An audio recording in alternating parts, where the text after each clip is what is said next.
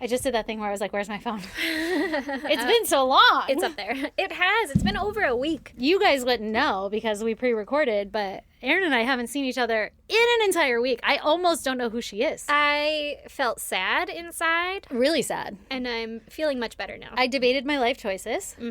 I questioned if you were mad at me. I did too. I was like, She's she so hasn't even mad. texted me except for all these TikToks. Except for every day. But like I haven't seen her, so I think she's mad at me. So it feels like something's wrong. Is something wrong? Are you okay? I'm great. I've been busy. I'm very busy. I'd like to not be busy. Yeah. I'm also not very good at not being busy, though, so... That's fair. You know.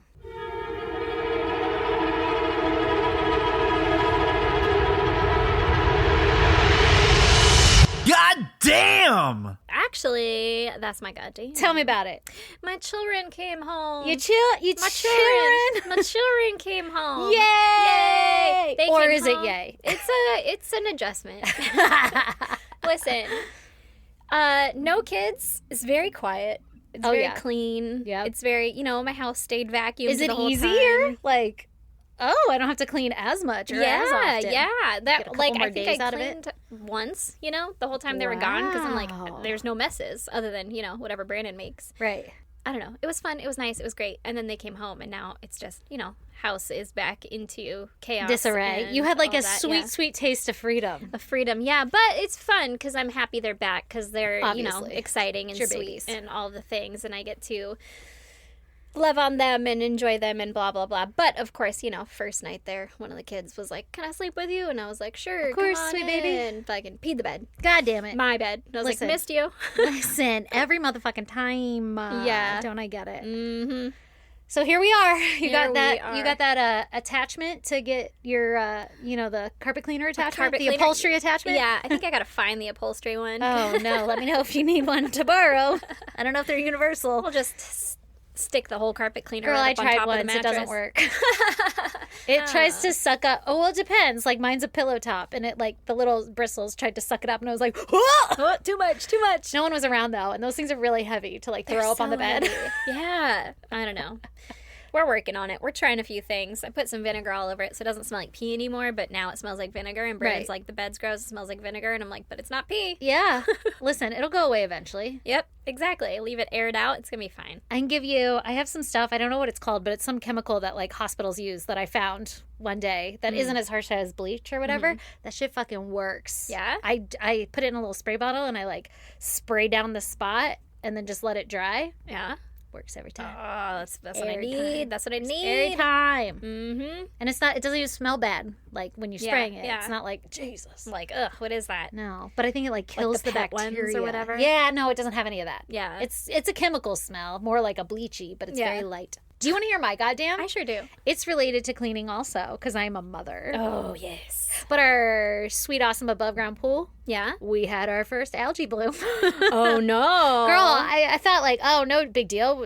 I'll just put chemicals in it. I Yeah. know what I'm doing. It fucking took a whole week for us to figure it out. And it just kept getting greener. And it kept almost getting better and then just turning green again. And I'm like, what the fuck? Because all we have are the red and yellow little testers. Yeah. That's for chlorine and pH. And everything's fine. Why is there algae? I don't know. And then I bought some fancy ass fucking test strips that you can scan in an app and it'll tell you what's going on. But that's a fucking dud because half the time that it auto generates, it's just throwing random, it thinks it's this and that and the other. You have to manually scroll it and whatever. Long story short, I didn't realize there's so many things to measure in water. Yeah, neither did I. And literally just got it back yesterday. Oh, so my just a gosh. minute of time. So long story short, if the kids go swimming later, please wash their hair tonight because it might turn green. But it is will safe turn enough to green. swim. My kids have the whitest blonde hair. They do. My little son has bleached tips, and I kept watching to make sure they weren't turning green. Oh, no. That's so funny. But I actually think it's fine now. I tested and everything's within range, but the chlorine is still slightly high. But I think it needs to stay high. Yeah, let's keep it up there, because it's hot. You had a few parties for a minute Girl, there. There were it a got lot of fucked. kids in That's and out. why. That is Yeah. why. 100%. Yeah. I saw it slowly churning, and I'm it's getting cloudy, and I tried to stay on top of it, but one missed day of cleaning because I was getting in there every day and scooping shit out. It's an above ground pool. Yeah. There's not many fancy tools there's not a skimmer. Yeah, yeah. Lee was there's some robot skimmer you can put on top of there, and it just cracked me up that I have a Roomba for the pool. It's just one of those little water bugs that Yeah, sits on just top. Anyway, we got her back. Yeah. Oh, that's exciting. And I'm sure when I go on vacation next week, she'll be right back where we left her. Yep. Oh, man, you need to hire a pool guy. That's what I was saying. I'm like, do you think there's above ground pool guys that you can call? Above ground pool guys. I didn't graduate yet, so I'm only allowed to do the above ground pools.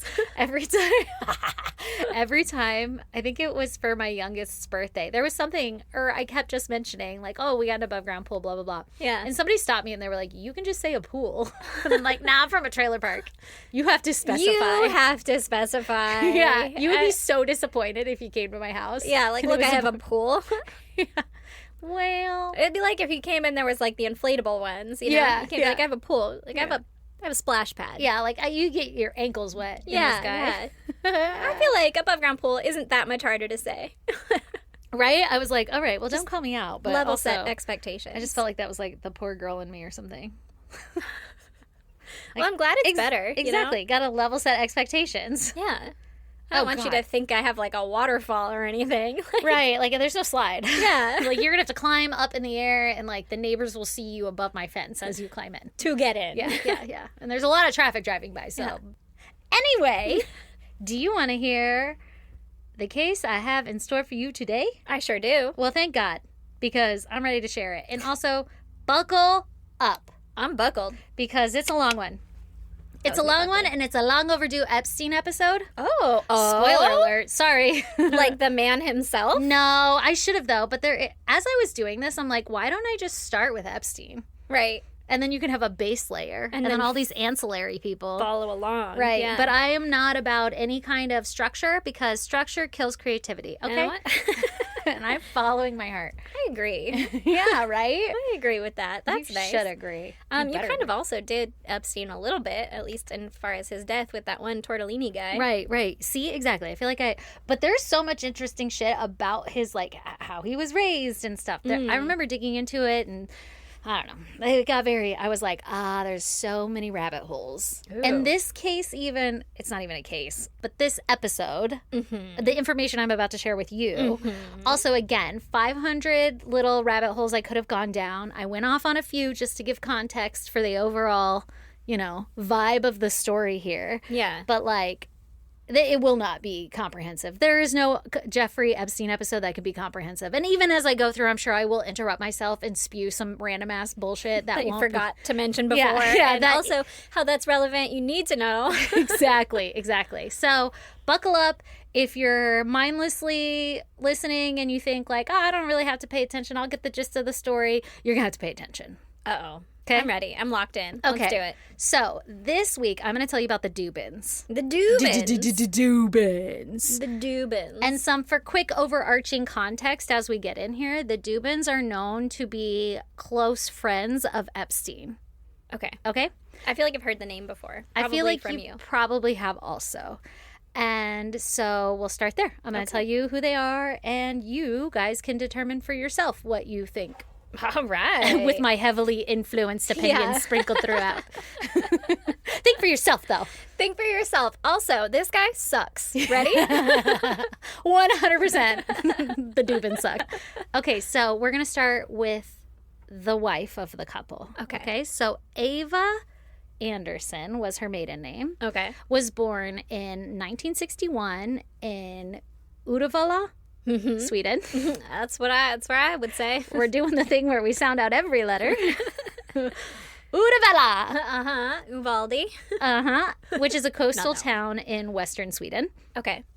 I don't have much on her childhood, but we do know that during her childhood and teenage years, Eva was described as academically driven and wanted to grow up to be a doctor.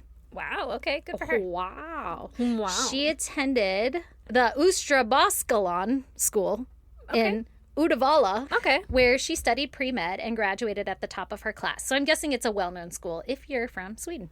Okay. And she's pretty smart. Top of her class. Genius. Wow. Of course she's smart. She's a girl. We're so smart. Got him. If we want to be doctors, doctor. Ain't nothing going to stop it. Doctor. Bam. Boom. Woke up. Done. Doctor. Medical degree. What, that took you years? Weird. Done. Weird. I completed it just now. I actually do graphic design. I can make a certifications, whatever you want to be. Girl, you could. You could. Don't tell me I can't. I'm pretty crafty. I could make it look like a legit seal. Yeah, we could like really foil it or whatever. Right, right. So while Ava's primary interest was to become a doctor, during a trip to the U.S. as an exchange student, she was discovered in New York City by Gerard Ford, who is the co-founder of Ford Models. Okay. Mr. Motherfucking Ford himself snatched her up off the street and was like, "You're gonna be a star, kid." Okay? She was in a mall, Yeah. passing by an LA Nails. Which, as you know, seems to be the recipe here for the Epstein stuff, okay? So buckle up, bitches. Okay. So she gets right into it. So Gerard introduced Eva to... Eva, I'm probably going to say it both ways. Is Deal it with an me. AVA? EVA. Oh, EVA. Gerard introduced Eva to his wife and agency co-founder, Eileen Ford, and Eva began working as a Ford model while she continued her education to become a doctor. Okay, cool. Ford Models was one of the most influential modeling agencies in the world during the 70s and 80s, in case anybody doesn't know, because I don't know shit about the modeling world. Neither do I. All right, so there you go. It's a very fancy, like, that's a chance of a lifetime. You made it. Yeah. The agency represented some of the biggest names in fashion and entertainment and had enormous influence over the modeling industry. In 1980, Ava participated in the Miss Sweden pageant, where she ultimately won and was crowned Miss Sweden. Wow. Fancy. But what's really strange about the story is that it sounds like she didn't even sign up to compete in the pageant, but What? somebody else signed her up, which What? is even more amazing that she won. Is it amazing? Or is that suspicious? Or is it suspicious? Or is that suspicious, my friends? Because, like, don't you have to have a talent? And don't like, you have to, like, try and compete in other pageants before that? Like, she wasn't a pageant girl. You know, Right. there's, like, toddlers and tiaras. Yeah. Like, most of them are pageant people. Like, It's almost like baseball now. Like, oh, your kid hasn't been in baseball and they're only 7. They're already not... in the MLB now. Yeah, they're already left behind. And you're Yeah, like, yeah. he's able to speak Yeah. English, like, at this point. He could hit the ball now. Yeah. It always blows my mind. But Anyway. she just went straight to the MLB of pageantry. Miss Sweden is her first pageant, and she fucking won it. And That's she didn't even crazy. sign up for it. Now, Sweden's not that big. Maybe there's not Maybe that there- many contestants. Maybe Like, you there just have weren't to that show many up. people. Yeah, she's like, I'm the only one here. Yeah, and they're like, you get it. You got won. it. Can you whistle? Wow. Wow. Wow. Beauty, grace, and talent. Those are the three requirements. You check them all off. And she's like, look at this human anatomy. 'Cause Yeah. med school. Yeah, exactly. She's like, anyway, did you know this is called the fundus? This is your heart. Little to the left. So she wins Miss Sweden. Astounding, all right? After becoming Miss Sweden, Ava represented Sweden at the 1980 Miss Universe competition. Oh, okay. But she didn't win that one, but she did finish as 4th runner-up, so she placed 5th. She must be gorgeous. She's a blonde chick. Like, listen, I'm not trying to be a dick because I love all women and they're all gorgeous, but, like, She's a copy paste. kind of, yeah. all Which right. makes it more I mean, Yeah. I guess maybe she had kind of, like, a slightly unique face, and you know how, like, model agencies want, like, you know, give me that gap in that tooth. Yeah. Or whatever. The uniqueness. But, I mean, she's still pretty. Don't get me wrong. Sure. I'm just, like, you know, knowing what I know now, I'm like, ew, I hate it. Yeah. All right. So, she didn't win Miss Universe competition, but she placed 5th. So, pretty great. 4th. 5th overall, 4th runner-up. So, 4th runner-up is I technically see. 5th place. Sorry, I'm really not in the pageant world. It's okay. I questioned it too, and then I'm like, I'm an idiot. Not to call you an idiot, because I did the same thing. But we're the now same we human. all know. In 1981, Ava also competed in the Miss Scandinavia competition, where she placed 3rd. So she's killing it for someone with no experience and who wants to be a doctor. Now, my geography is lacking. I don't know. Don't ask me. Okay, I won't. I think Sweden is located inside of Scandinavia, which Oh, is okay. located inside of the universe. Okay. If we were to use the Ooh. titles of the pageants. Yes. That's good to know. I didn't know that. Yeah. Okay, good I to know. could be wrong. But I feel like everybody's like, oh, I'm Scandinavian. And you're like, Norway, Sweden, what? Anyway, she was winning all these pageants after not doing any of them, and then instantly entered into all the big ones and was taking home the big checks. Well, I mean, if you win the very first one that you go to, I would do them all too. Like, right? Like that was easy. That was pretty cool back there. Let's do them all. Yeah. They tell me I'm pretty and I get to stand on a stage. And then everybody claps. Yeah, great. Let's do it. It's every girl's dream. I get to wear a gown.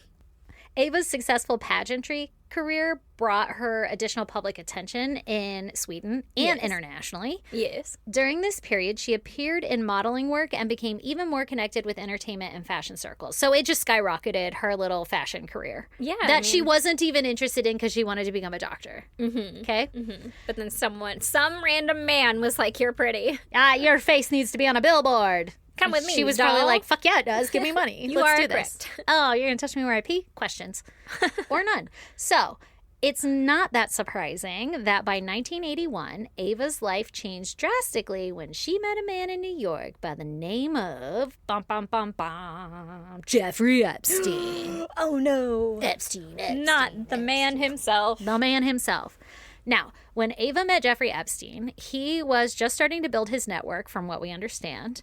So let me set the scene as to where he was at this point in time on his life path, as we understand it today. Because he's dead, and Ava is not telling us the goddamn truth. Allegedly. Or she is, and just not telling it all, you know? Yeah, yeah. So we had to piece this all together. Not just me. There's, whatever fucking creators I read from. I didn't do it. But Epstein came from a working class Brooklyn background. See, this is kind of like your Epstein episode, okay? Right, yeah. So, working class Brooklyn background. He was born in 1953 in Brooklyn, New York, and attended Cooper Union. I guess that's a college or school or something. Okay. And later, New York University's Courant Institute of Mathematical Sciences. I don't know what a Courant is. Okay. But he for math, right? Mm-hmm. But he didn't complete his degree. Mm-hmm. His first major professional position was not in finance, it was in teaching. Mm-hmm. In 1974, when Epstein was 21 years old, he became a mathematics and physics teacher at the prestigious Dalton School. Which is fucking wild. Which is fucking wild. To be a teacher, you should have like a master's degree, which takes much longer. You should than have your at least completed the little 21 degree. years. Yeah. Completed the degree that you're about to go teach. Yeah. Like, that's crazy. Yeah. But it's a prestigious school on Manhattan's Upper East Side. Okay, Okay, good for him. those of us not there. Yeah. Now, Dalton was not an ordinary school. It was one of New York's most elite private schools, attended by children of wealthy families, executives, and influential New Yorkers. So, rich kid school. Yeah, so he's just there to network, not actually teach anyone. Girl, you're on it, okay? Yeah. You're on it. So, here's where we're hitting the part of the story where henceforth you're going to be slammed with names. Heretofore. Yes, names and names of institutes and funds and all this other stuff. So stop me if we get lost. I'm Okay. going to try to go slow. I tried not to share too much if it wasn't relevant, but I always like to include names, titles, and everything in case anybody else out there gets a wild hair up their ass and they too want to go down a rabbit hole and they think like, oh, I feel like this was left unanswered. Then they at least have the name context to go search, okay? Sure. Because that's how I live my life. Mm-hmm. So here we go. Dalton's headmaster at the time was a man by the name of Donald Barr, who was a former Columbian University professor and the father of future U.S. Attorney General William Barr. Okay. Okay? Decades later, William Barr, the son of the Dalton headmaster, he would later work at a firm called Kirkland and Ellis, which is the firm that represented Epstein in his 2008 Florida case where he was found guilty of prostitution with a minor. Mm-hmm. Also, in 2019, it would be William Barr, who was the Attorney General at the time, who was responsible for overseeing the federal response once Epstein was arrested again and ultimately when he died in custody. Oh, Isn't that weird? yeah. That's So his dad helped Coincidence? Epstein get his first job, and the son of that guy that helped Epstein represented him in a pretty fucked up case and got As it his down attorney. to prostitution with a minor, which shouldn't ever be a thing because that's that's called rape. That's called rape, exactly. And with a minor, she's not prostituting herself, you know? Like, there's how a whole can thing. it be prostitution if there's like a minor can't give consent? It's Right. just Mhm. yes. So he And sounds like a piece of work. Who knows And so how this is to one of those rabbit manipulate. holes that I'm highlighting. That's fucking weird, but I didn't carry it through. I Okay. didn't trace the relationship as to why that happened. Mhm. But I would love for somebody out there who knows more about me and anything that fucking William Barr is about. I'm sure it's not great. I can already guess it's probably not great. Like, what'd he do as Attorney General? Right. And how crazy. So, Donald Barr, he hired Epstein to teach mathematics and physics, despite Epstein being only 21 years old and not having a degree. Wild.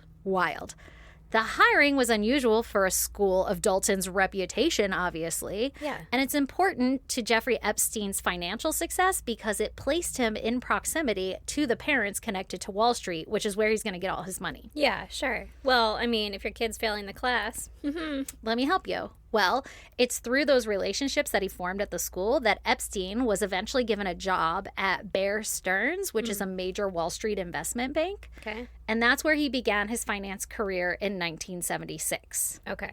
Now, I'm telling you this because it is relevant to the Dubins, all right? You need to have this foundation. According to accounts of Epstein's early career, Epstein's connection to Bear Stearns came through a relationship formed during his time at Dalton, like I was saying, because Epstein used a 1976 parent-teacher conference that he held to deeply impress a student's father with his mathematical skills. He's like, anyway, I'm just going to show him the quadratic formula real quick. What was that fucking Robin Williams movie? Good Will Hunting? Yeah, Good Will Hunting. Good Will Hunting down the chalkboard? Yep, that's what he was doing. Oh, what if Good said Will it. Hunting is based on Epstein? What was that story about? How did it end? I don't remember. I don't remember either. Yeah, because we had to watch it in like fucking Shakespeare class. And we're like, kill me. I'd rather die. That's Dead Poets Society. Never mind. I don't remember what we had to watch. Different Robin Williams movie. Okay, so he's like, anyway, gonna have this parent-teacher conference, and he's 20-something. I'm just gonna fucking show off my skills on this chalkboard. Yeah. And it worked, because that parent's name was called Ace Greenberg, who was a very influential executive at Bear Stearns. Okay. And Ace strongly recommended Epstein after that. Like, oh, do you want a job? I could get you a job at Bear Stearns. You obviously know your math, and you need to know maths to be able to do this. Okay, all of them. Now, Ace Greenberg had a famous hiring affinity for people he categorized as PSDs, meaning they were poor, smart, and desperate to be rich. Jesus. Yeah. That's okay. That was one of those things. Those are inside thoughts. Yeah, that's really fucking rude. Yeah. It also sounds like you're just trying to get cheap labor. Literally, yeah. Take advantage Get of someone people. poor and desperate, and you don't have to pay them that much. Yeah, it's So you fucked can up. dangle And it's a carrot. like they wrote that in like that's his hiring style. That's wild. Yeah, it's fucking gross. Everything about all of this is wild. I'm not surprised. That's actually the least offensive thing I've read. I know, right? Yeah. So, impressed by the recommendation, Greenberg hired Epstein on as a junior clerk. There's two Greenbergs. Sorry, I didn't specify that. Anyway, Ace recommended Epstein, and the firm was like, bring him in. That sounds great, because they were impressed. So, he was brought in as a junior clerk in 1976. Okay. But once he was inside the firm, Epstein began dating Greenberg's daughter, Lynn. Yeah, why not? Why not? Within his first 2 months, Bear Stearns executives discovered that Epstein had completely fabricated the California college degrees on his resume. Turned out he lied to get there. However, because of his intelligence and his relationship with the boss's daughter, he avoided termination and kept his job. Wow. So they knew. They could have stopped everything. Isn't that wild? They could have stopped his entire trajectory. I mean, it would have been taken over by someone else, but... They could have. But then doesn't that just make... like the fact that You have to get a degree at all? the headmaster, whose son would go on to be attorney general, like they're all intertwined Liars. some way. And Yeah. it doesn't make sense, and I don't get it. But it is a network. Shady and liars. Right. And how did Epstein get in there? Could it be that he possibly is a beautiful con man? Yes, it's been done before, but I have a He was sneaking... 21 years old. I'm pretty sure the adults at this fancy pants school should have been able to look at it and be like, hey, or call the school and be like, hey, did he graduate? Because that's what you're supposed to do too. Right, like follow up on the references. On what the resume says. Because you know what? You can type anything on those. Right. Like, Turns out you can lie pretty easily. You can put whatever you want. Yeah. Yeah, I know. Well, and that's they what's just didn't check. That's why when I'm like, oh, I haven't really done one on Epstein, it's like I want to dig back to his childhood, like to his parents and stuff. Because it says like he grew up in a working Brooklyn family. Like, all right, where'd they come from? So he was able to keep his job at Bear Stearns, right? Yeah. Bear Stearns at the time was one of Wall Street's most aggressive and successful investment firms. And once inside, Epstein was able to advance like shockingly quickly, like rapidly, alarmingly rapid. Okay. To me, anyway. Yeah. So he became a partner at Bear Stearns in 1980, which was only a few years after he joined the firm. As a junior. As a junior. And he became a partner. People work their entire career to become a partner. Right. And he just got it in a few short years. Wow. Which is extremely unusual, but also placed him directly inside the world of high net worth investors, right? Which is how he gets his money. So after leaving Bear Stearns in 81, after he made partner, a year later he leaves. Wow. Epstein creates his own financial advisory firm called J. Epstein and Company. He began presenting himself as a money manager and an advisor to extremely wealthy clients. So this brings us to around 1981 when Epstein, who was now 28, reportedly met 20-year-old Eva Anderson, to be Dubin. Right? Okay, yeah. So the exact To be Dubin. Sorry. To be Dubin. To be Dubin. Don't ever be sorry. That's called Tourette's. It's something. It's not diagnosed yet. We don't need a diagnosis. Nope. They just want your insurance money for that. Yeah. So the exact details of how Eva and Jeffrey met is not publicly disclosed, but if we were to use our pattern recognition skills here, we could logically speculate that based on Epstein's known behavior of scouting models for abuse, perhaps her already being a model in the industry ripe with exploitation and sexual abuse had something to do with their meeting, right? Yes. So just briefly, I just want to highlight here that Ford Models, like I already mentioned, is one of the major modeling agencies, but they were the top ones that allegations of sexual assault and exploitations of its models was rampant from 70s through the 90s. So it wouldn't be that far-fetched to assume that Eva may have experienced that while she was a model there, especially when you see that she was winning all those pageants randomly. Right, picked off the street, and all of a sudden the bottom bitch. You're a star, the top girl. Yeah, exactly. And so it's like, all right, weird. Yeah. But she probably is a victim of abuse here, which is hard because I'm like, ew, gross, hate it. But also, you're a victim too, but what the fuck? To an extent. Yeah. That can be forgiven to an extent. Right. But like you still were complacent in areas and it's still going on. So I have questions. Okay, so... But again, this is based off of the knowledge I was able to scour off the internet. Who knows what the full truth is? Right. Now, also with Ford Model, the owner, Gerard Ford, he also has tons of claims of sexual abuse and misconduct and exporting the model's desire to become a model as a way to, like, get what he wants sexually, you know? Yeah. There were a lot of those comments. I don't think there was ever any successful cases where he was, like, labeled as that. I think they were quieted pretty quick, but lots of accusations. Okay, yeah. And I could be wrong about that. I didn't dig that deep. But Eileen was also known as a very strict and sort of, quote, motherly person to the models. Gotta have one. In the same way that Ghislaine Maxwell was on Epstein's little harem, where the women were forced to live in the homes provided by the modeling agency, like in group homes, and they had restricted diets, curfews, rules they had to follow in order to achieve their modeling dreams. Yeah. Which some people might think, oh, well, that just takes discipline, and that's great. But it was like, you have to go to these parties and, like, be raped by these men. Yeah. You know, very extreme. It's a lot more than just like a diet. Right. It's like malnutrition. Yeah. So, also, for the sake of this episode, I won't dive too deep down this path of a rabbit hole, but when I looked into Ford Modeling Agency, surprise, surprise, it was formed and funded by Eileen's father, who was a wealthy, influential Jewish businessman who owned a corporate credit rating company, which I just find interesting. Okay? right. Anyway, I wouldn't be surprised if Eva was introduced to Epstein as someone who could help finance her dreams of becoming a doctor, as he would do to most of the models he lured into his trap, right? Yeah, Like, okay. yeah. So I'm not surprised if that's how they met. We don't really know all the details on how they met because Eva hasn't told us, and it's not like Epstein can tell us, so it's kind of a little black box. But I'm going to go ahead and speculate. It's because she was a model in the industry. She probably was at one of those parties, and he was like, I'm going to fuck her, and here we are. He's like, she's pretty. She's like 5th in Sweden. Right. Yeah. Actually, she is Sorry, that Miss was the Sweden. universe. That was the universe. No. She was 5th in the... Yeah, it wasn't the universe. That was like Scandinavia. But she was 3rd in Scandinavia. You know? Yeah. Only makes sense. But I don't know exactly. That's me speculating wildly how they met. Okay. Yeah, sure. It's not that wild, but sure. But like, I mean, if she got brought in by Ford and she's like, oh, I'm a model at one of these parties. And he's like, why don't you come hang out with me? I'll fund, like, being a doctor is a great thing. I'll help fund that. And she's like, okay.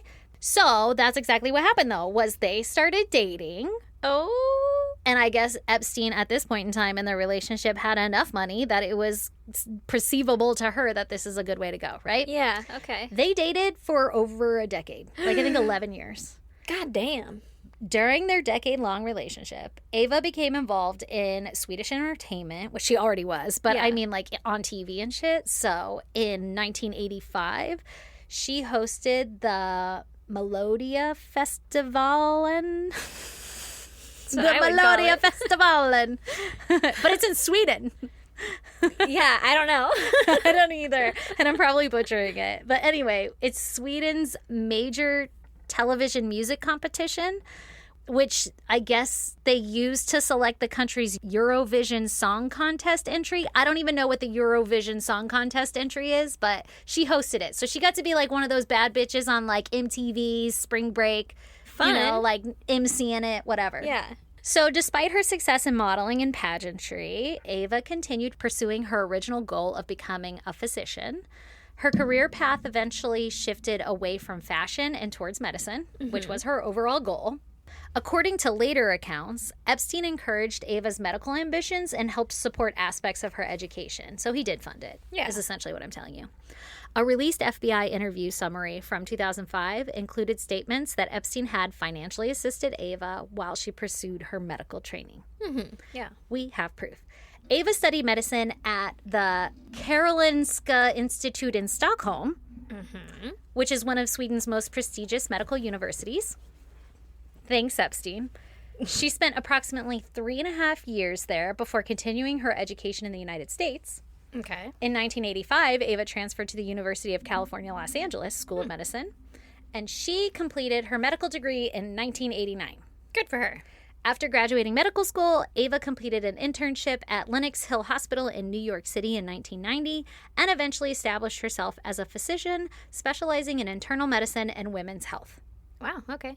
Okay? So literally that whole decade that she was with Epstein, she was becoming she was a medical student. Yeah.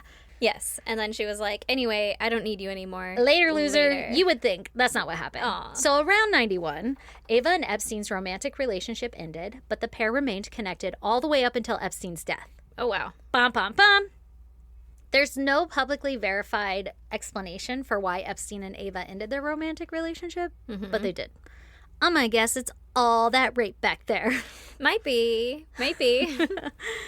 Eva Dubin, a.k.a. Anderson, did have to testify later at Ghislaine Maxwell's trial, and through her testimony, it is speculated that the pair were still a couple even through 1993 to 94, so maybe they were like on again, off again or something. Okay. In one of Ghislaine Maxwell's interviews in 2025, she speculated that Epstein and Eva maintained an unusually close relationship even when Epstein and Maxwell were a couple, and that he always said that he wished he would have married Eva. Okay, so The one that got away. Ghislaine doesn't like him, or doesn't like Eva. Right. I'm guessing. Yeah. But, alas, he did not marry Eva, and in 1994, Eva met a man who would be her future husband, a man by the name of Glenn Dubin. Okay. Now, a bit about Glenn Dubin. So, he was born in Washington Heights, Manhattan, New York City. He grew up in a middle-class Jewish family in New York, far removed from the world of billion-dollar finance, and he would later enter. His father, Harold Dubin, worked as a lawyer, and his mother, Evelyn, was a homemaker. Glenn has described his upbringing as one centered around education, hard work, and professional achievement. Glenn attended Columbia Grammar and Preparatory School in Manhattan before going to school at Stony Brook University, where he earned a bachelor's degree in economics in 1978. Gotcha. After graduating from Stony Brook, Glenn continued his education at Harvard Business School, Dang, okay. earning a Master of Business Administration in 1981. Little MBA, huh? MBA. After Harvard, his first major job was at E.F. Hutton & Co., which was a major investment firm that was one of the most recognizable names on Wall Street during the 70s and 80s. At EF Hutton, Glenn learned the basics of investing, working with clients, and understanding financial markets. By 1984, Glenn co-founded his own investment firm, which is what Epstein did also, if you'll recall. I recall. But he co-founded his own investment firm with a close childhood friend who he had known since the age of 5, named Henry Swayka, who also had worked at the firm with Glenn at H.F. Hutton. Okay. Right? So, like, They dipped out of there and started their own. Exactly. The firm was called Dubin and Swayka Capital Management, and it basically did the same thing Epstein would later go on to do, where they essentially told wealthy investors where to put their money. Yeah. In 1988, Glenn helped found the Robin Hood Foundation alongside billionaire hedge fund manager Paul Tudor Jones, whom Glenn knew through the elite New York financial trading community, along with fellow trader Peter Borish. I don't know these people, but they're all part of the fucking Robin Hood Foundation. Okay. So instead of a traditional charity, they ran it like a business where they pulled all their Wall Street wealth together and invested their capital into the market using the massive returns to fund local programs that helped poverty-stricken residents of New York. Oh, that is kind of Robin Hoodie. Right? Sounds good. I'm sure there were so many loopholes and they were paying themselves out with shell companies and all that other stuff. Yeah. I didn't dig into that. Yeah, well, Robin kept a cut, too, Right. you know? Of course, yes. But not to be associated with the Robinhood app that we use for trading today. Right. Just so you know. Okay. In 1992, Glenn was doing very well for himself financially, and he was well connected in the New York elite lifestyle of the rich and famous, alongside Epstein's and the Donald Trumps and the Paolo Zampolis. This is when he met Eva Anderson after allegedly he saw a photograph of her in a celebrity gossip column on page 6. Never forget. I'll never It was forget. page 6. It was page. I think that's the name of a publication. Like, Oh. I only know that because I watch Real Housewives, and they'll be like, "Did you read page 6 today?" Oh. Or maybe it is page 6 of like the Post. I don't know what it is. I am so out of touch. I'm like, he was flipping the pages. He said page 6. I'll never forget Eva Anderson. Anyway, but he saw her and was just so breathtaken, that he asked a mutual acquaintance to introduce him to her. He circled it and was like, I want that one for Christmas. Exactly. Got it. Now, that acquaintance hasn't been publicly identified, but it is stated that Epstein met Glenn through Eva after she and Glenn started dating. So if that statement is true, the mutual friend wasn't Epstein. Okay. But we don't really fucking know. And even this whole page 6 thing about seeing her in a column, whatever, and being so breathtaking, that's portrayed as like possibly a rumor. Like, I don't think it was ever like in a testimony or anything. It's like something he said one time in an interview back in the fucking 90s or some shit. But just keep in mind, and I kind of already said this and alluded to this, but this is at the height of the modeling industry in New York, where we have previously discussed in like our Paolo Zampoli episode about how ID models owned by Paolo Zampoli was prevalent in the New York fashion scene side by side with Ford models or MC2 models or elite models owned by the Jean-Luc Brunels. All of them are in the same little world, okay? Yeah. And these models would be forced to interact with the wealthy, influential politicians or financial executives who could help make their dreams come true. Men like Zampoli, Donald Trump, Jeffrey Epstein. And now Glenn Dubin. Yeah, good for him. So Glenn's a part of the boy club. yeah, he All made right? it. He's part of the financial boy club who they make money and you're like, that's so weird. He just must be really smart. And actually, they're just really crooked. Allegedly. Conveniently, it is also in 1992 that Glenn and his childhood friend Henry Swayka would go on to found another investment firm called Highbridge Capital Management, which was a hedge fund that invested in companies that they thought were undervalued or making investments based on major corporate mergers and bankruptcies. So they would find companies that were falling under, and they would know other companies that could benefit by buying that company, and they'd be like, now kiss, right? And give us the profit. Yeah, and you won't go bankrupt because now you get the money. And you can take this falling thing and invest your money into it and actually make it work. Yeah. You know, like, I don't know, probably fucking the equivalent to Amazon buying a cardboard box manufacturing business. To be Sure. like, now you can make your own, right? Yeah. The company was named after the Highbridge neighborhood in the Bronx. And I don't know if they grew up there. I don't know if that's why they picked it. But it quickly grew into one of Wall Street's most successful hedge fund firms. So Glenn is killing it. Apparently. All right. Under Glenn's leadership, Highbridge became one of the largest and most influential hedge firms in the world, managing billions of dollars for institutional investors and wealthy clients. Billions. Okay. Could you imagine just like Lee or Brandon just manage billions of rich people's money? That's crazy. I mean, they have the same degrees, which is not to say none of them. Not those ones, not the correct ones. None of the ones you would actually probably need. Yeah, right? So I think anyone could do I it. think you mean to say they have the same qualifications. There you go. Yeah. Okay, in 1994, Eva and Glenn, they get married right away. They meet the same year, get married. He's like, she's so beautiful. They get married. He said, goddamn, page 6 didn't lie. Right, exactly. And they would go on to have 3 children. Their eldest daughter, Selena Dubin, who was born 1995. And then in 96 came along their first and only son, Jordan Dubin. And finally, in 97, their youngest daughter, Maya Dubin. Okay. We're going to jump in further on the Dubin children later. But for now, just know in the timeline, Eva and Glenn are very well off because he's making millions in the finance industry. And she is very well respected doctor in the medical industry. And now they have 3 fucking kids right off the goddamn bat. Good for them. But to tie off Glenn Dubin's successful financial background, there are some important changes that happened that I'd like to highlight. In the late 1990s and the early 2000s, Highbridge Capital Management was extremely successful, like I said, and one of its top employees was a man named Daniel Zorn, but he wanted to branch out and open his own capital management firm, which, as you'll remember, is the same thing that Glenn and his bestie did back there. And so he was like, what I'm going to do differently is he took his company, Highbridge, and he used it to finance Daniel's spinoff called DB Zern and Company, and he placed it under the Highbridge parent umbrella as a spinoff investment firm. Yeah, so sure, then you can make your own thing, but like I'm going to own it and profit off of it. I'll fund it so that you don't have to pay for that part. Yeah. But you're also going to give me some money off of this because I know how this works, right? Yeah. You can't get away from me. You can't leave this. So essentially, Glenn funded the creation of the business, and Daniel Zwern took those funds and invested it to make himself and Glenn lots of money. Yeah. Between 2002 and 2005, Epstein invested his own money into the DB Zwern Fund via his offshore entity called Financial Trust Company. Okay. So Epstein, during the same time, now Glenn Dubin and Epstein know each other, right? They met in like 94 when Eva met him. And by the early 2000s, Epstein is investing in his spinoff company. Not directly into Highbridge, but into a spinoff company.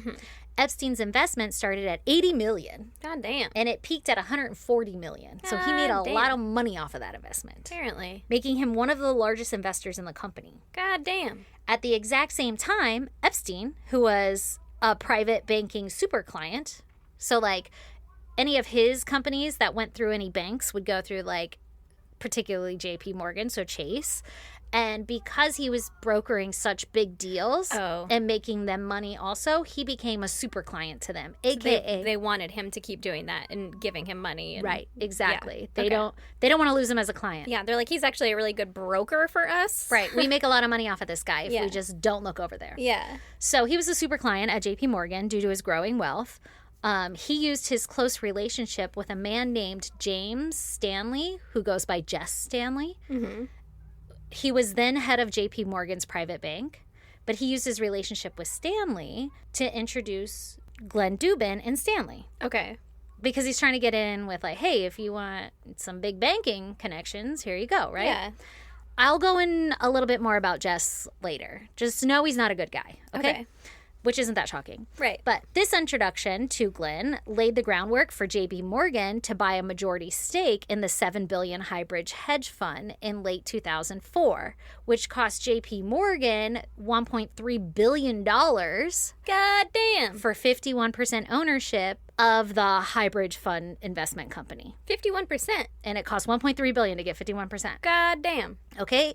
Once the $1.3 billion deal was finalized, Highbridge Capital Management paid Epstein's Financial Trust Company a $15 million fee for brokering the transaction. Wow, what a good little real estate agent he is. Bum, bum, bum. All for being like, anyway, my friend needs money. You want to buy this company? Here's my friend. You should buy this company, JP Morgan. I know this guy. Hey, Stanley. Jess Stanley, you should buy this company.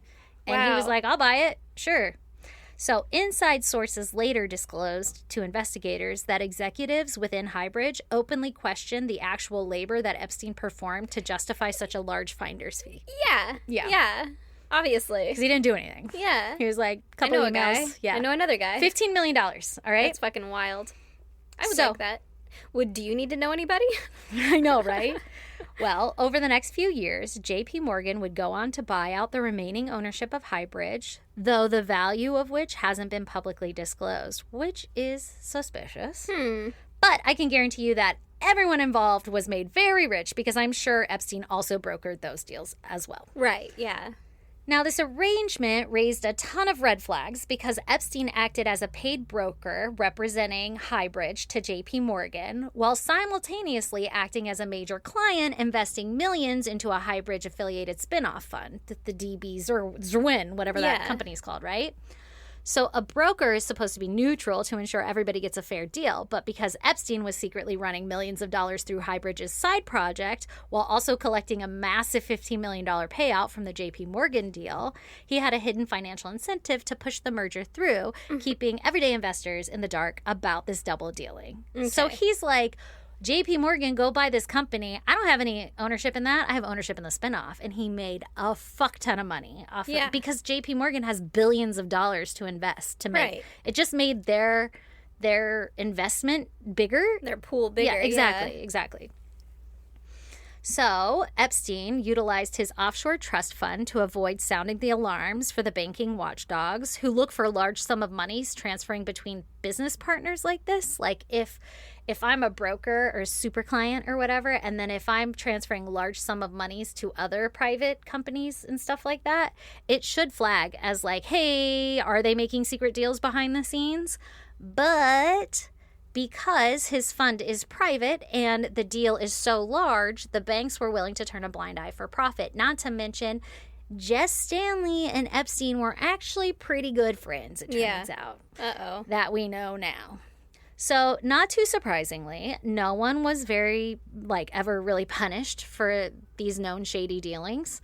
Jess Stanley was forced to resign at a different company by the time, because this is happening in the early 2000s, right? And Epstein, all this shit's only hitting the fan now. I think it was like in 2024 or 2025. Jess was brought in for Questions. turning a blind eye to Jeffrey Epstein. But at that time, he had already quit JP Morgan and had started as CEO on another company. And so he was forced to resign from that company because it looks really bad. Oh, wow. It's really bad. Yeah. But he faced no criminal charges, although an investigation showed that he was clearly misleading his employers even and the public about his close ties with Epstein, basically claiming to not have a relationship with him while they were both clearly colluding together to make broker massive deals and make tons of money. Yeah. But Jess Stanley would also pressure, his client or his employees would come to him because he's the top guy, right, of this private banking. And they'd be like, hey, this Jeffrey Epstein guy is flagging. This is a problem. We should not be. There were tons of emails where they're like, we should not be doing business with this man. And every time Jess Stanley would make it stop because he was telling them, stop it. We're going to be doing business with this guy. Oh, my God. Yeah. And he just had to resign. And he got no criminal charges. And he's still making bajillions and he's of dollars. doing it elsewhere now. Now, I'm just going to say this here because I don't think I mention it later, but I had done some deep diving into Jess Stanley last night. And do you remember me previously talking about there's a survivor who kept a diary that was written in code? Yeah. And this survivor specifically names a lot of the names that we're all looking into, including the Dubins. Well, Jess Stanley was highlighted as somebody, but it's kind of Jess Stanley clearly raped and abused me, but it's like Jess Stanley, and with his belt, he left marks all over me. And how dare he call me a little Tinkerbell? Ew. I should have called him Dumbo. Look at those ears. Yeah. So the guy was part of it all. Okay, that's enough evidence for me. You guys can take and discern whether you want to believe, the victim of a 14-year-old writing in her diary versus some rich billionaire who clearly has shown, he's got loose morals and deep ties with Epstein and is willing to do whatever he's got to do for himself. Yeah. I'm going to go ahead and use my pattern recognition skills there and be like, this guy's a dick and abusive to girls. How has he not faced any charges? Because it's all a fucking cover-up. Because it's a all a network. fucking boys club. They all know each other. And they're wild. I mean, the Attorney General's son. Yeah. That's crazy. Yeah. How did he become the attorney general? I have so many questions now. Probably by favors and nepotism. Yeah, I was going to say I don't have that many questions. I don't think he earned it. Yeah, right? So, Glenn Dubin was never criminally charged for all these shady dealings with the JP Morgan deal because he made out like a fucking bandit with Epstein's help there. So he was never criminally charged, but he did retire from his latest investment firm when the shit hit the fan on the Epstein files and everything, when that was released and it started revealing all of this. Because that's the only reason we know about the JP Morgan shit is it was released in the Epstein files. Oh, wow. Like the court documents or whatever. And then that gives you a clue to go look in the emails, and then you find all the emails and you're like, oh, they were planning all this. Yeah. And JP Morgan, like the actual Chase Bank, JP Morgan avoided a public trial by just quietly paying out everybody who was trying to sue them because, like, all the shareholders were like, you brokered a deal without telling us all the truth, and we lost lots of money on this deal because of your guys' insider whatever the fuck you have going on. So they sued the bank for doing that, and JP Morgan just paid them all off to be quiet. Just made them all whole again, basically, and was like, stop talking about it. Right. Like, so if you have money, you can just make anything disappear, evidently. And quite literally, everybody got a slap on the wrist. Yeah. Sounds like it. Because it wasn't even like they were fired. Like, they were forced to retire.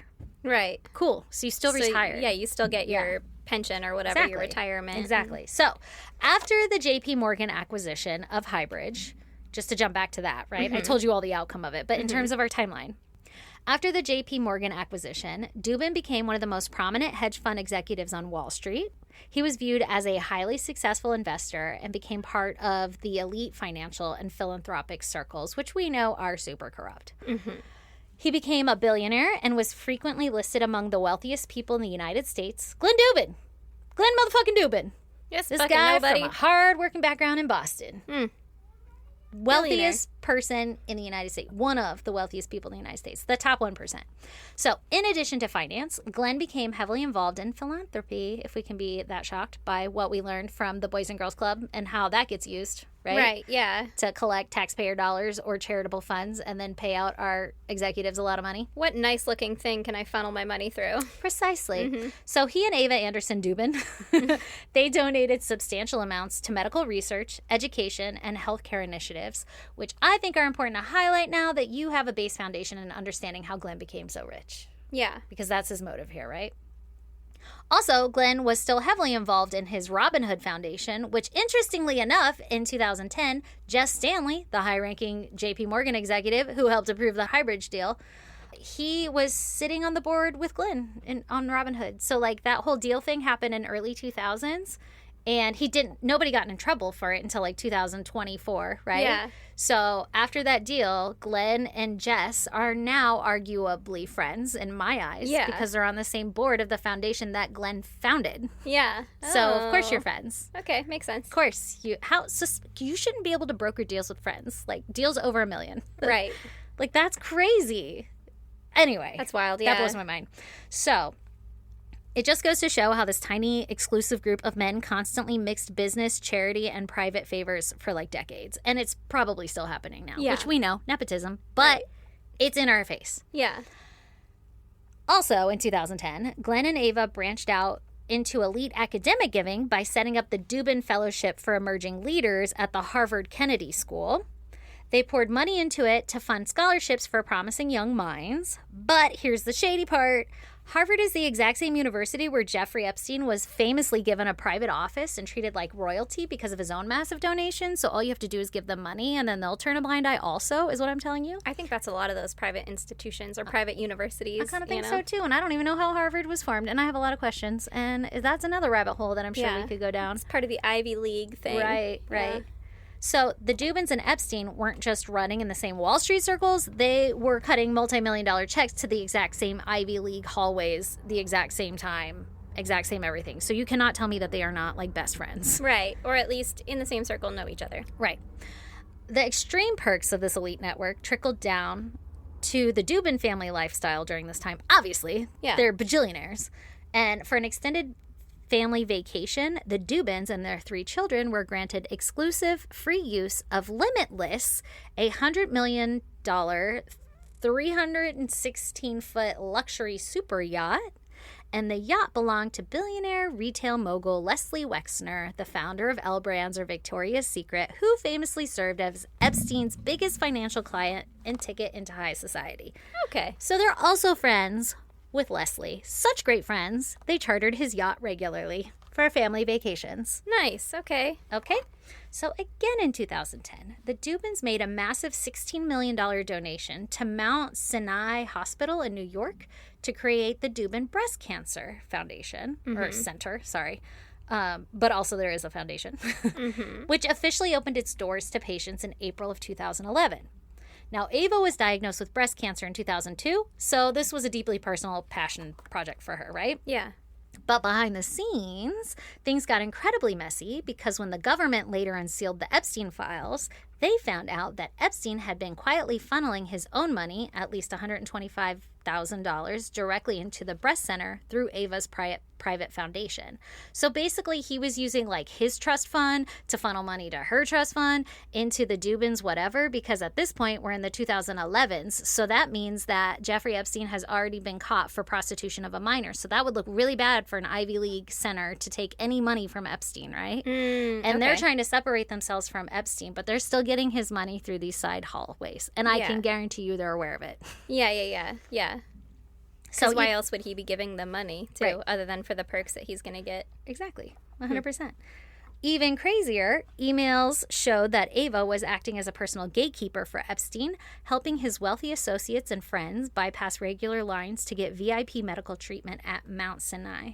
What? In fact, unsealed records revealed that Epstein used those specific donations to buy favors, using Eva as his insider conduit to lock down immediate VIP appointments at the hospital for a Swedish model and her mother between 2011 and 2014.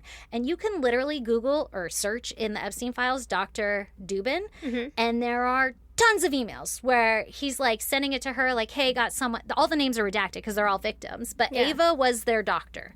Eva, and if she wasn't their direct doctor, she was connecting Epstein with who needed to be like synced up. Like, oh, we have an abortion or whatever is going on. God. I don't know. I said abortion, but there are a lot of talks of like, you know, how's the baby, UTI, all this weird stuff. Ugh. But Eva was the doctor helping.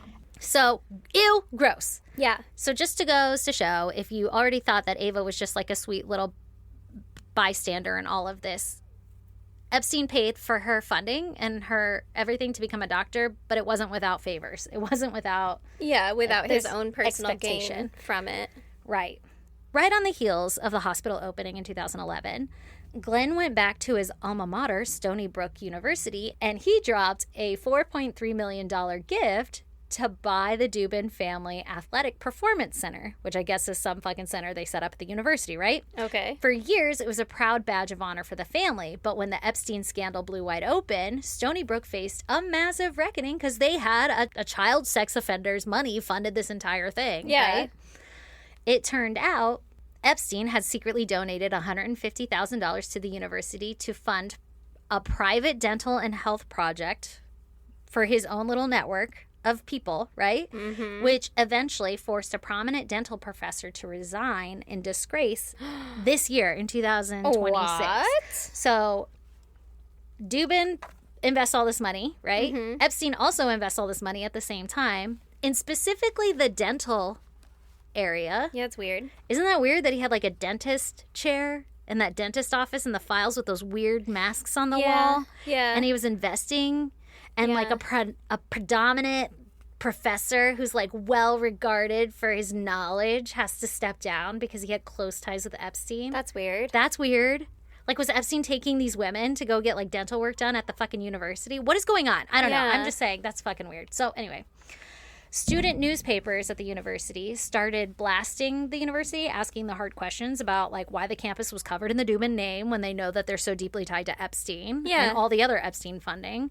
But that wouldn't happen until later in the timeline. So like right now they invest the money. It's not until recently that everybody's like, that's fucking weird. Yeah. Back there. Well, recently everything has been, come to light. Yeah. And that's when the dental professor had to retire. So he's been doing it for decades. Yeah. And only recently had to retire. That's wild that he just continued, though. Like, Well, I mean, I you feel make like a lot it's of like money. a make your millions cut and run, you know? Right. Before someone looks over this way and sees something suspicious. Like, instead of continuing to doing the I don't know, illegal, shady things. that you probably shouldn't be doing anymore. Yeah. So, to lock down his billions as he transitioned away from Highbridge after the JP Morgan acquisition, Glenn partnered up again with his old Robin Hood buddy, Paul Tudor Jones, to buy a massive energy firm called Louis Dreyfus Highbridge Energy. That's what I would have called it. Why do they do Highbridge again? That's suspicious. In 2012. I didn't look into that.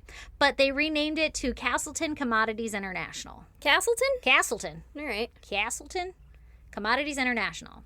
So today, Glenn commands Dubin and Company, a private family office that he uses his billions to buy up massive stakes in tech giants like Scale AI and Brex.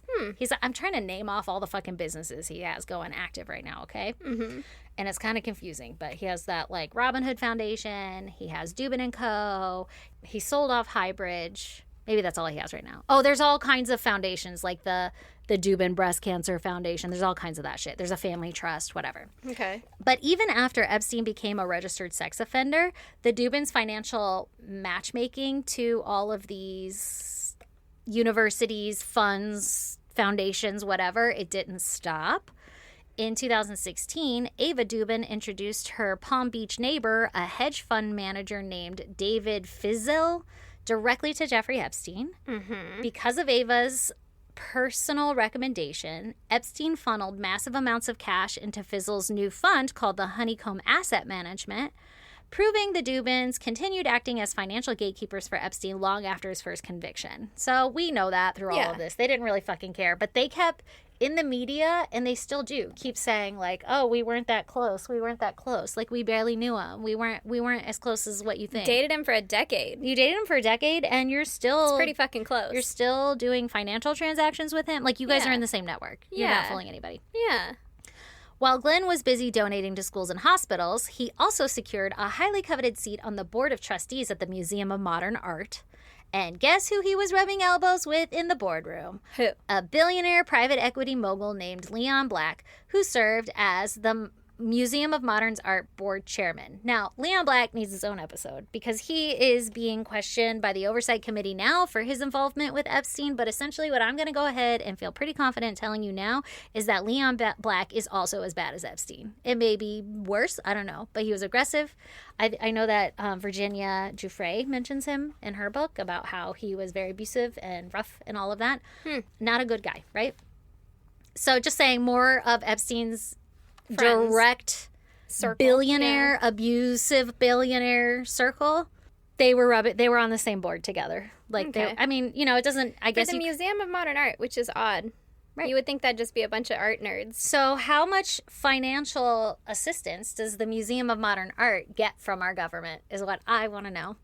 And how many other institutes are tied to it? Like, who do they source out to have, you know, I don't know, fucking food, to frame the art, to do all these things? Because that's where they get all the money. That's where they drain it from. Is like, oh, I'm just on an advisory role on this firm, and I just advise them how many occupants are allowed to be in this room. That'll be $15 million.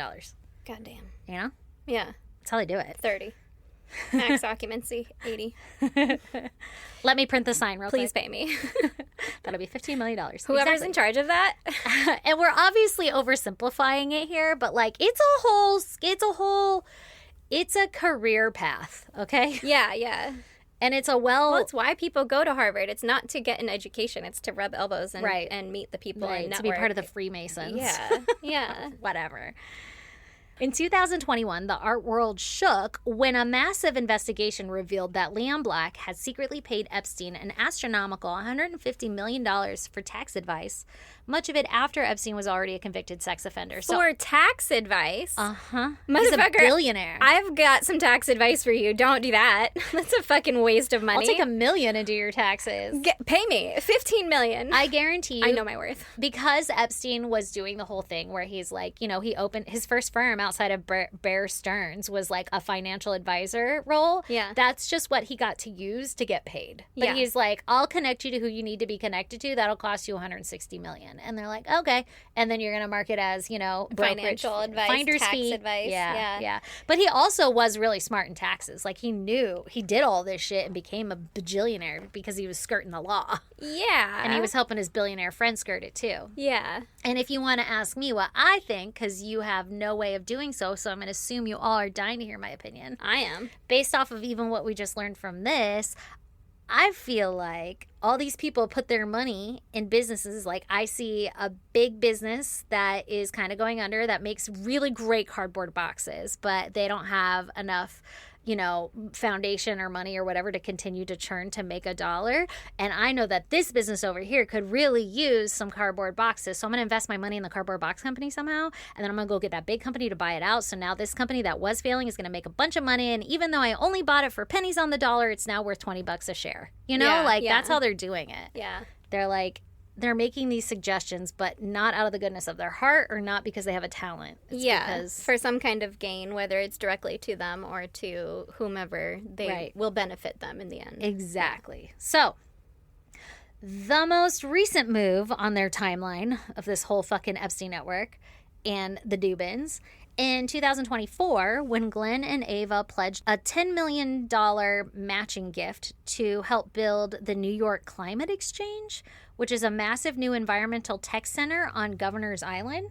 And it looks like a pivot to like green energy and saving the planet. Mm-hmm. But if you look at the fine print, the anchor academic institution running the entire climate change is none other than Stony Brook University, which is that one that all the students and everything started being like, why are the Dubins' names all over this when you know that they were in bed with Epstein? Yeah. And then when you actually look into it, it's like how they got a majority of their funds and everything. Even though the university is like, yeah, we would never do business that way anymore. They still are. Directly through this, like the Dubins are basically funding the New York Climate Exchange, and it's being hosted by the university. So the Dubins are still heavily financing and controlling the exact same institutional networks that they've been embedded in for the last 20 years, despite the public's outrage and despite trying to make it look like they're not. Yeah. They still are. Wow, okay. So, now that we've explained how Glenn and Eva locked down their wealth, we have to talk about the most disturbing part of this entire story and how this nightmare bled directly into the lives of their 3 children, Selena, Jordan, and Maya, right? Mm-hmm.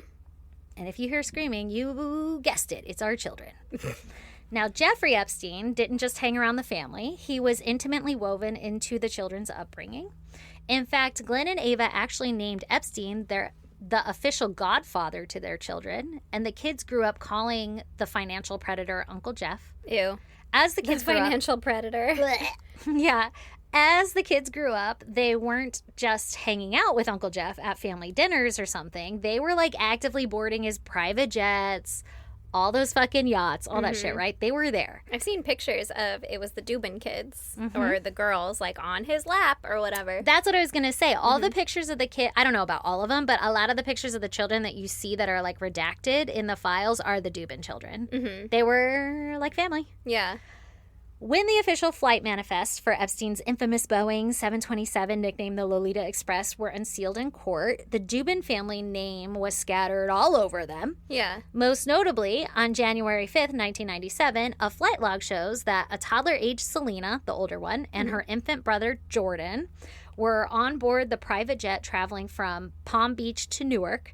And they weren't alone because with them in the cabin was Jeffrey Epstein, obviously, Ghislaine Maxwell, obviously, and none other than Donald Trump. 97, Donald Trump was friends with Glenn Dubin and Jeffrey Epstein. Well, I'm assuming the parents were on the plane too. Yeah, I think Ava. Oh, no, Glenn and Ava were on there. Eva. Okay. Yeah. The parents were there too. Donald Trump. And Donald Trump.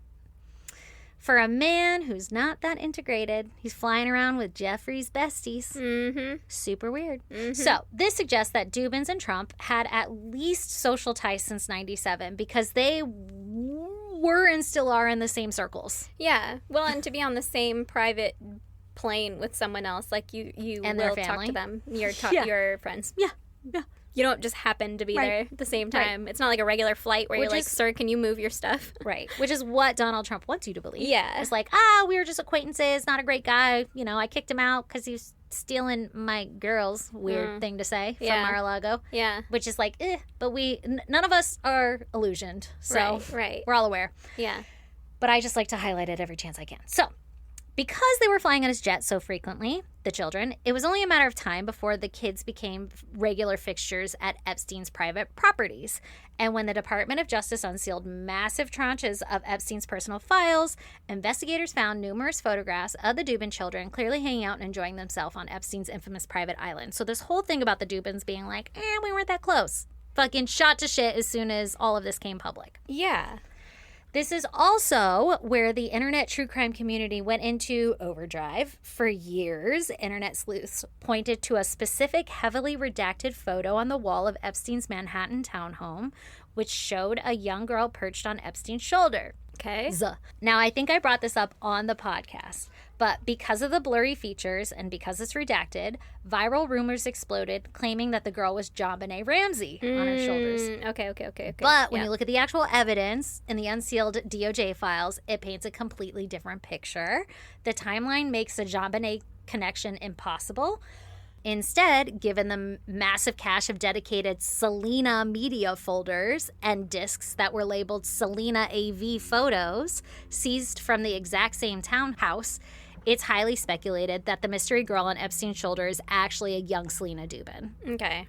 I don't like that he had whole folders of her. Girl, there are pictures of like cabinets being opened, and it's like, I don't know, like Epstein's important information, like, your safety, whatever, my fucking passports or whatever the hell you need in there. And then there's an entire box just for Selena Dubin.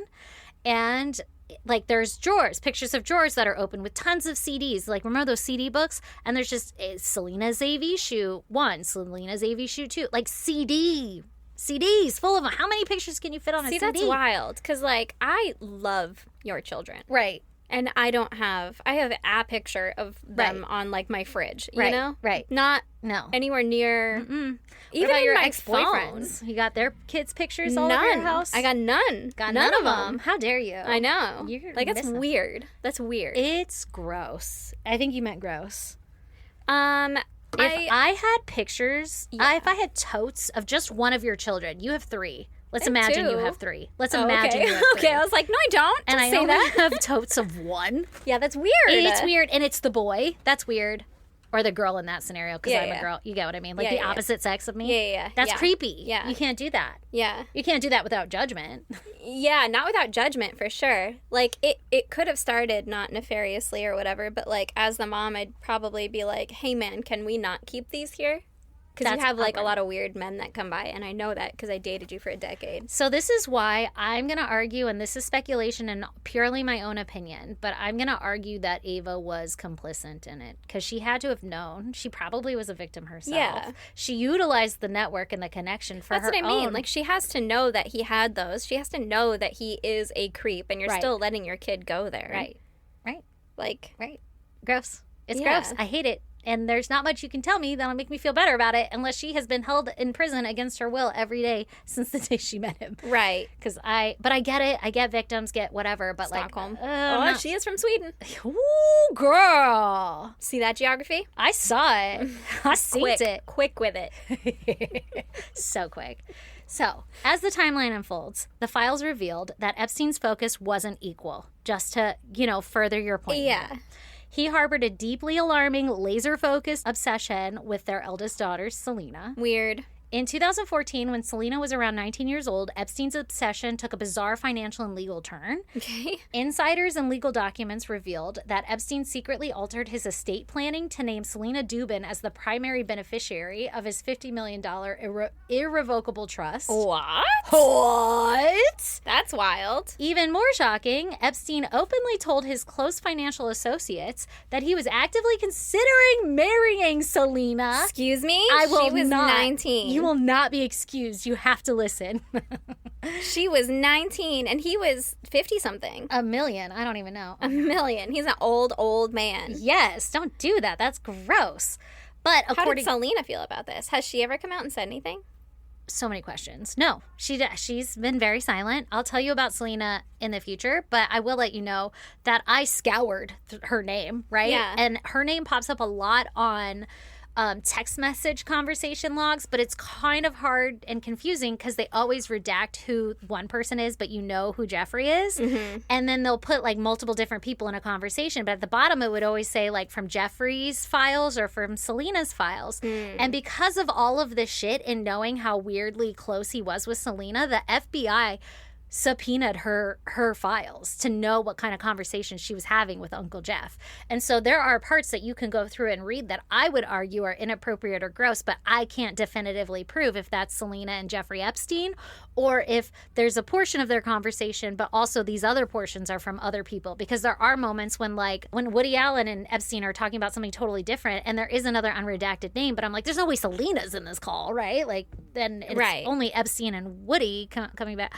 I don't know, though. I could be wrong. That's weird. And I think Woody Allen was kind of a part of it, too, because even in some of the emails, it would be like, Didn't Woody Allen, like, marry his fucking stepdaughter? Exactly. He's part of the whole same thing. Yeah. Like, this isn't new. It's just it's so siloed, and they try to just explain it away so you'll forget about it and don't look any further. Yeah, and, like, that guy's a weirdo, but it's not illegal. It's just weird. It's just weird. So, fast forward to today.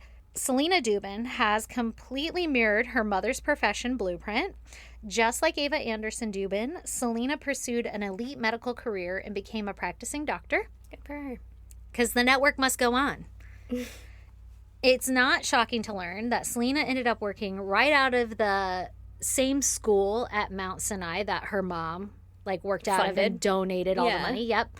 The exact same hospital system that housed her parents' Dubin Breast Cancer Center and the exact same medical network that Uncle Jeff used his secret donations to manipulate years prior. Yeah, makes sense. Well, she's already got, connections there. Might as well. I'm not going to try harder. Yeah, why would you? And I want to say that she's a dermatologist, but I could be wrong. Oh. So Eva and Glenn have defended Epstein throughout the years and even went as far as to write statements claiming that they never saw Epstein participate in inappropriate activities. This is more recently, right? Mm-hmm. They're like, you got us. Hey, but we never saw him do anything shady with their children or any other minors for that matter. Mm-hmm. And they feel 100% safe and confident allowing Epstein to be around their young children. Gross. Even after his 2008 conviction and 2019 arrest, the Dubins remained behind Epstein and claimed no knowledge of his crimes. Mm-hmm. We're best fucking friends, but I don't know what you're talking about. Which is why it's interesting that around 2005, the Dubins' house manager and butler, a man named Ronaldo Rizzo. I wish I had a house manager. God, I would die for one. And butler? Icing on the cake. And you clean? Or open doors? Or whatever it is that butlers whatever butlers do. Have a towel and a suit. Give me a bell to ring for you occasionally. Yes. He gave a sworn deposition detailing a terrifying encounter inside the Dubins' own home. Uh-oh. Buckle up. Terrifying this is where encounter? It gets juicy. Okay? To a butler? What is he scared of? Oh, well, I'd be terrified too. Giant spider. He testified. You would. He testified that Epstein and Ghislaine Maxwell flew a 15-year-old Swedish girl directly to the Dubins' residence. Mm-hmm. Rizzo found the young girl shaking and crying hysterically in the house. I think it was in the kitchen or something, while they ran off and did adult shit. And she told the butler that Epstein and Maxwell had stolen her passport, trapped her on Little St. James Island, and physically threatened and abused her.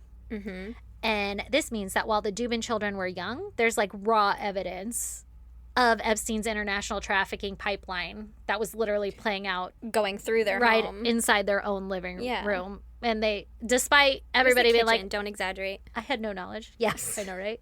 I had no knowledge of anything nefarious, but he brought over crying Swedish girls. Young You're from girls. Sweden. You're going to be overly protective of them. Or, hey, you speak the same language. Maybe that's why he brought her here. Right. He's like, look, it's fine. No, I brought her to cry in the kitchen because she won't let me have sex with her. Gross. And that's just one account the butler told. Who knows what else there is. Right. Additionally, we were kind of mentioning at the beginning, Virginia Giuffre filed a landmark civil lawsuit against Ghislaine Maxwell, and she named the Dubins directly in her court filings. Mm-hmm. Virginia claimed that when she was a teenager trapped in Epstein's trafficking ring, Maxwell forced her to have sexual encounters with several wealthy, high-profile figures, and she explicitly named Glenn Dubin as one of the men. Mm-hmm. And she highlighted a story in which she was forced to give both a pregnant Eva and Glenn a massage, and when Eva was done, she left the room, and that's when Glenn assaulted her. And Virginia claims that Eva was aware of the massage and what was happening in the arrangement. So I don't know if you remember at the beginning of the book, she talks about having to give a pregnant, wealthy person. It's the Dubins. I don't know if she actually says the name. I didn't know it then. I don't think she did. Yeah. Maybe she kept She didn't names say out. a lot of names. Yeah. Now, Virginia's legal team, back to Virginia's little thing about the Dubins, right? Her legal team argued that the Dubins' multiple luxury properties, including their New York homes and Palm Beach homes, I didn't name off all the places they live, but they got a fuck ton of them because they're billionaires, right? Now, Virginia's legal team argued that those homes were essentially functioned as safe houses for Epstein and Maxwell, where young girls were regularly kept, hidden, and passed around to elite associates. Okay, so it's happening at their house, in their main house, That's in front what of their Virginia, house manager. and Virginia was there. And So at all of their properties. Yep. And remember when we did the Lost Boys episode? And that's essentially what it was, too. It was all these rich politicians taking turns hosting the parties at their house. So it sounds kind of like that is another repetitive network that we are ingratiated in. But the Dubins have fiercely and consistently denied all of Giuffre's allegations, releasing statements calling the claims completely false, reckless, and fabricated. Well, yeah, what are they going to say? Right. You're right. Sorry we had those underage orgies at our house. Yeah. Forget about all that. Sorry we hosted that. They were never criminally charged or sued directly by Virginia, and they maintain that they had absolutely no knowledge of any abuse taking place. And again, I will pause here to highlight that it's actually more common than you would think, where parents are comfortable exploiting their children in exchange for unimaginable wealth, which we just discussed. Yeah, that's pretty gross. When you zoom out and look at the entire landscape of Glenn and Eva Dubin's life, you realize that this isn't just a story about one bad associate, it's a blueprint of how modern high society operates. Yeah. From the very beginning, every single pillar of their success was tied back to the exact same web. The millions Glenn made off of Wall Street was brokered by Jeffrey Epstein through a massive conflict of interest that the big banks completely ignored for profit. And as for the elite charities and Ivy League schools they poured their fortune into, sitting right next to them in those boardrooms were the exact same high-level financiers and predators sharing the same private pipelines. And most tragically, that shield didn't stop at the parents. It bled directly into their children, from toddler flights on the Lolita Express to a bizarre $50 million secret trust for the eldest daughter, Selena. Yet despite house managers witnessing abused children in their living room and landmark civil lawsuits naming Glenn directly, the family's defense has always been a wall of complete denial. So with all of that wrapped in, they're like, "Would you just I didn't do it? Who touched Would you that? just Was it-" stop? I didn't even do that. Yeah, what are I you didn't even know what you're talking talking about. So I didn't even know him. it wasn't me. God, we just dated for like fucking a third of our life. Yeah, I don't know why. And he wants to marry my firstborn. Oh, weird. So strange. So today, Selena Dubin walks the exact same hospital hallways at Mount Sinai that her parents funded and Uncle Jeff manipulated behind the scenes. Glenn and Eva are still cutting 8-figure checks to institutions like Stony Brook University to cement their names on massive climate projects. And it forces us to look at New York's elite charitable community and ask the ultimate question: how much are these billionaires willing to ignore, compromise, and sacrifice inside their own motherfucking homes just to keep their grip on unimaginable wealth? Apparently a lot. Yeah, apparently they'll give up their firstborn child. Yeah, I wonder if Selena sees it as a sacrifice. Well, I wonder how she feels about it, you know? Like, is she mad that she was brought into all of that? Or is she like, you know what, it kind of sucked back there? Or did it not suck back there? I mean, Like, she was could have she been really the okay? one that wasn't abused, you know? Like, right. you know, you have a friend that's a bully and you're like, yeah, he's an asshole, but like, he's an I'm asshole used to to everyone it. else. Yeah. Not to me. Right, that's my brother. Yeah, exactly. Yeah. Anyway, so this whole episode, again, was another episode where there's no direct murder ties. I'm sure if I dug far enough, Right. somebody has died somewhere. You could probably find one. But I was really just kind of going after, like, hey, guys, you should also pay attention to this person who is still very active, who is still trying to hide everything that they're doing, who was very easily for me to find just by a quick 20-minute Google search. Yeah, who's still very active in community and still very wealthy and still has a lot of influence is wild. So if you guys want to check out pictures pertaining to that case, you won't be able to see them better anywhere. Google 'em. You're going to have to Google them yourself. If you guys want to check us out on social media, we're on Instagram, Facebook, X, and TikTok. Our handle is @ISGD Podcast. If you want to email us, you could do that at isgdpodcast@gmail.com, or you can snail mail us at P.O. Box 2764, Spring Valley, California, 91979. 9. And if you're not already, you should join us on our Patreon for as little as $1 extra a month. Just For as little as $1 a month, you can get an extra episode.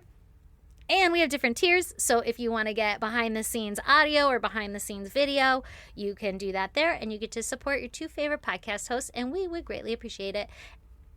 And that's all, folks. Bye. Bye.